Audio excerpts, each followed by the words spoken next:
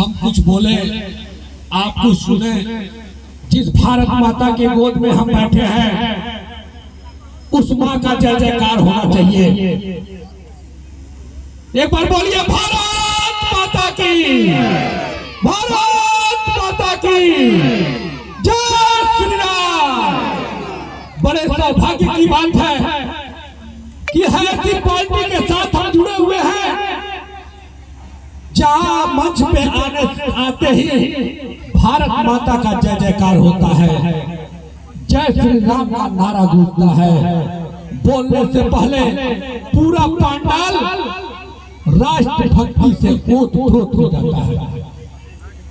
यह बड़े गर्व की बात है।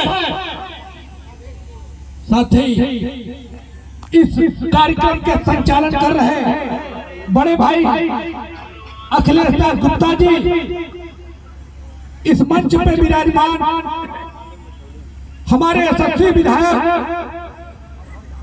श्री मोहन वर्मा जी, हमारे बड़े भाई के रूप में जिनका सहयोग हमें बराबर मिलता रहा, ऐसे हमारे श्री संजय सिंह मुन्ना जी, हमारे विश्व हिंदू महासंघ के मंडल प्रभारी श्री कमलेश शाही जी, बड़े भाई के रूप में श्री बाबू नंदन सिंह जी, आप सभी का मैं हार्दिक अभिनंदन वंदन करता हूं।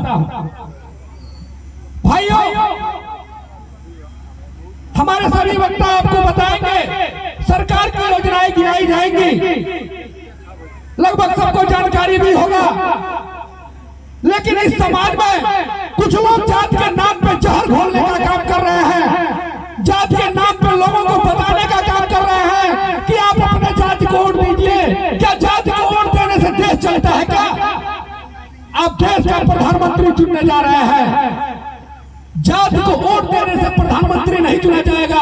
आप ऐसे प्रधानमंत्री को चुनने जा रहे हैं जिसने 10 साल में काम करके दिखाया है, जिसने आपका मस्तक आपका ऊंचा किया है, जिसने राम मंदिर बनाया है, जिसने 370 धारा हटाई है, जिसने इतना काम किया कि जब आप विश्व के किसी देश में जाते हैं तो सर्व गर्व से ऊंचा होता है, आपका सम्मान होता है कि आप भारत के नागरिक हैं। मौनी बाबा बन के नहीं जाता। ऐसा प्रधानमंत्री आप चुनने के लिए भाग्यवान है। हमारी पीढ़ी भाग्यवान है कि हम उस प्रधानमंत्री को चुन रहे हैं। भाइयों, विजय दुबे संगठन से जुड़े हुए, संगठन से निकले हुए हीरे हैं।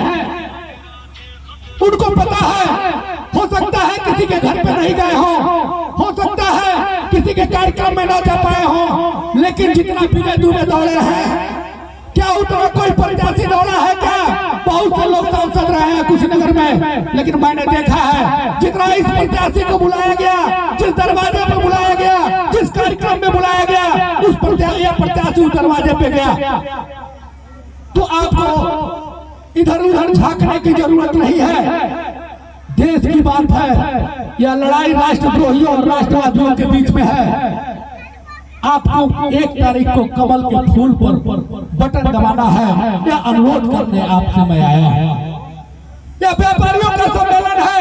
व्यापारियों व्यापार के बंधुओं को पता होगा कि 2017 से पहले, 2014 से पहले व्यापारियों का फरमान जारी होता था कि आप 50,000 रुपए की व्यवस्था कर लीजिएगा, मेरे वहाँ कार्यक्रम है। व्यापारियों के वहाँ फरमान जारी होता था, पार्टी का कार्यक्रम है, 1 लाख की व्यवस्था कर दीजिएगा, यहाँ टेंट लगवा दीजिएगा, यहाँ खाना खिलवा दीजिएगा। क्या भाजपा की सरकार आने के बाद किसी व्यापारी का उत्पीड़न हुआ क्या? हमारे माननीय मुख्यमंत्री जी मंच से कहते हैं कि अगर व्यापारी का उत्पीड़न हुआ तो गुंडा इस जमीन पे नहीं रहेगा, इस दुनिया को देखने के लिए नहीं रहेगा।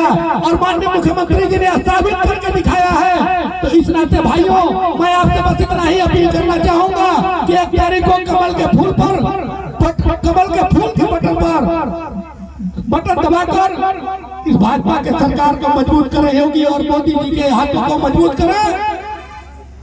आपका एक वोट जो राष्ट्र हित में जाएगा, रामलला के आगे आप सर ऊंचा करके दिखा सकते हैं कि हे अयोध्या के प्रभु, मैंने आपके लिए, आपके इस बनवाए हुए मंदिर के लिए मैं अपना वोट देके आया हूँ। इसी के साथ बारी को विराम। जय श्री राम।